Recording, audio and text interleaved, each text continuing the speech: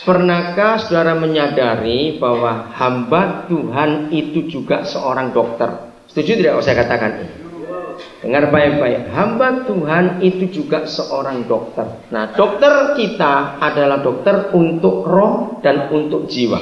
Nah, kalau para dokter itu tidak akan lulus jadi dokter kalau dia tidak mengerti anatomi tubuh manusia. Di antara semua persyaratan jadi dokter, maka anatomi tubuh manusia, yaitu seluk-beluk seluruh tubuh manusia, baik itu dari sarafnya, baik itu dari pembuluh darahnya, semuanya. Nah, seorang dokter harus menguasai itu.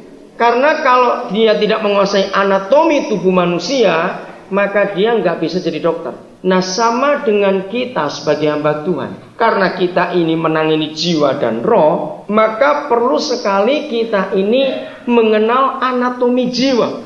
Kalau anatomi roh, kita nggak terlalu pusing, sebab itu gampang sekali. Jiwa ini yang paling sulit. Nah, salah seorang baca sambil dengan catat 1 Tesalonika 5:23. 1 Tesalonika 5:23 itulah satu-satunya ayat yang paling jelas memberitahukan kepada kita bahwa manusia itu terdiri dari 3 bagian. Betul? Apa saja di situ? Cepat, apa saja? Ya, silakan dibaca. Semoga Allah ya, sejahtera memulihkan kamu seluruhnya. Seluruhnya, apa saja? Semoga roh, jiwa, dan tubuhmu terus pelihara sempurna dengan tak tercacat pada kedatangan Yesus Kristus Tuhan kita. Nah, roh manusia ini punya 3 unsur penting: roh, jiwa, dan tubuh.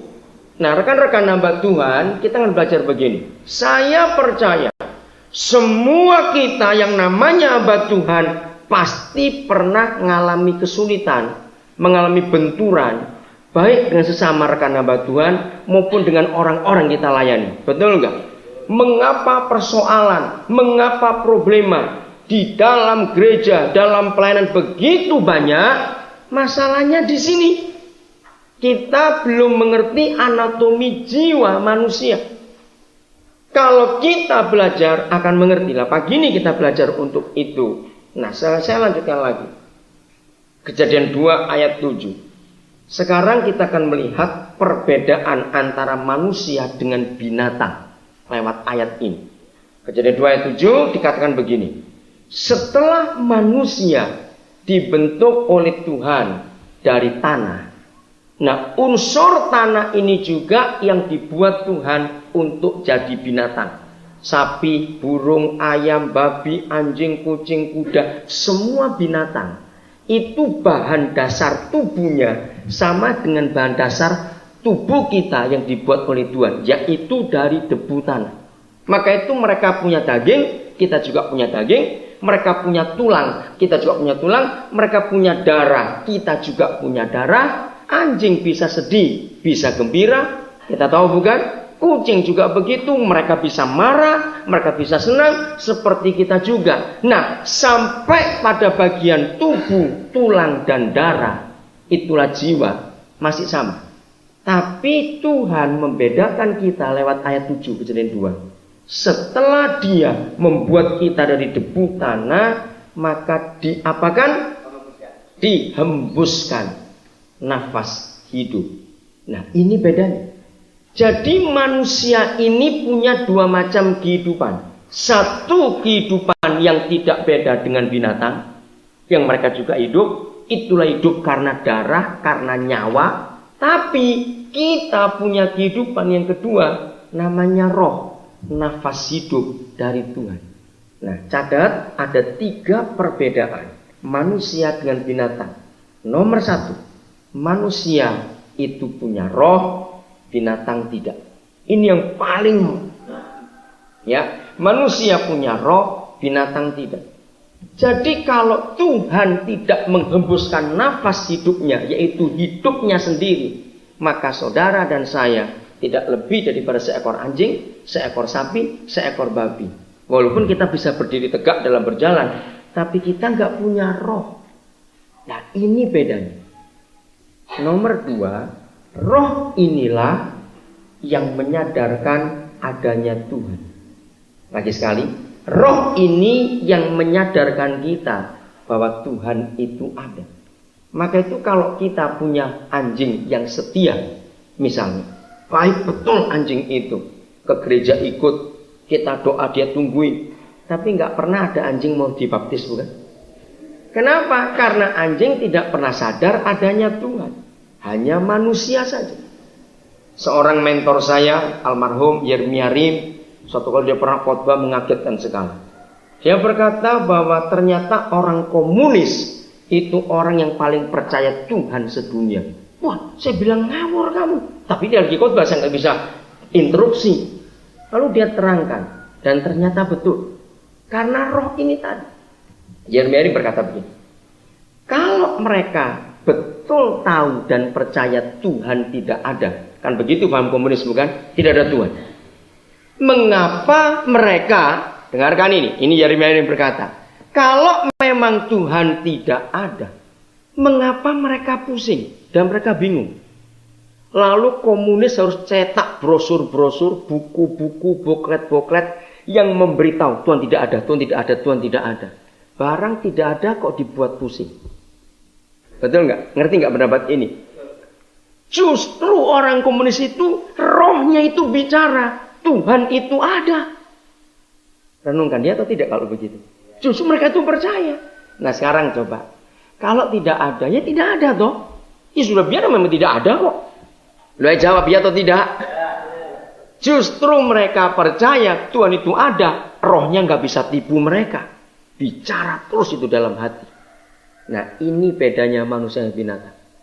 Jelas sekarang? Yang nomor 3, ini ada banyak. 1, binatang punya kepandaian. Manusia juga punya kepandaian. Saudara, kalau binatang tidak pandai, mereka nggak bisa hidup. Pasti mati sudah. Betul nggak? Mereka itu pandai. Cari makan, menyelamatkan diri. Bahkan anak-anak binatang lebih pandai daripada anak orang. Loh betul? Coba lihat mereka. Siapa buatin susu anak binatang? Ayo. Mereka hidup. Nggak ada induknya pun mereka bisa hidup. Begitu lahir, bukan bilang jam. Begitu keluar, langsung lari. Lah anak orang, begitu lahir lari semua bidanya itu juga nanti. Jadi anak binatang itu lebih pintar daripada anak orang. Soal kepandaian, mereka lebih pandai dari kita. Burung bisa terbang, nggak ada yang ngajar mereka. Ayo kita bisa terbang. Tapi ini perbedaannya.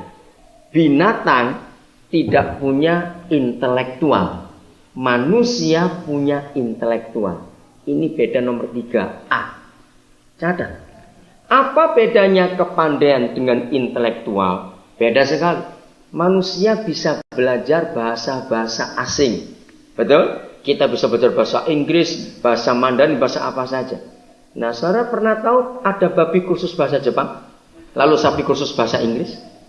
Manusia bisa menghitung angka-angka, jumlah, kurang, semuanya. Binatang bisa tidak? Enggak bisa. Intelektual manusia ini menyebabkan manusia punya memori, bukan daya ingat. Binatang punya daya ingat, manusia punya daya ingat, tapi memori tidak punya. Binatang bisa tahu rumah majikannya di mana. Kucing dibuang jauh-jauh pulang lagi. Anjing juga begitu. Sapi bisa ngerti siapa yang mengembalakan dia.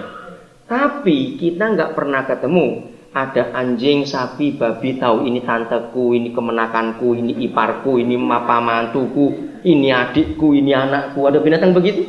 Coba jawab, ada tidak? Tidak ada. Nah ini bedanya. Jadi manusia punya intelektual, bisa belajar bahasa, bisa menghitung, bisa kenal orang ini, saudaranya siapa. Binatang tidak. Mengerti sekarang? Yang 3B, ya tadi 3A, 3B, 3C ya, tadi intelektual. Ya, binatang itu tidak kreatif, tapi manusia ini kreatif. Nah kata kreatif itu kalau terjemahan yang gampang bisa buat apa saja. Kreatif manusia. Sayang, di dalam bahasa Indonesia ini agak kurang jelas, tapi semua kita tahu. Pencipta kita itu dalam bahasa asingnya namanya kreator. Pernah dengar kata kreator? Nah, itu pencipta. Dari kata bahasa Inggris to create. C R E A T. Ya, create.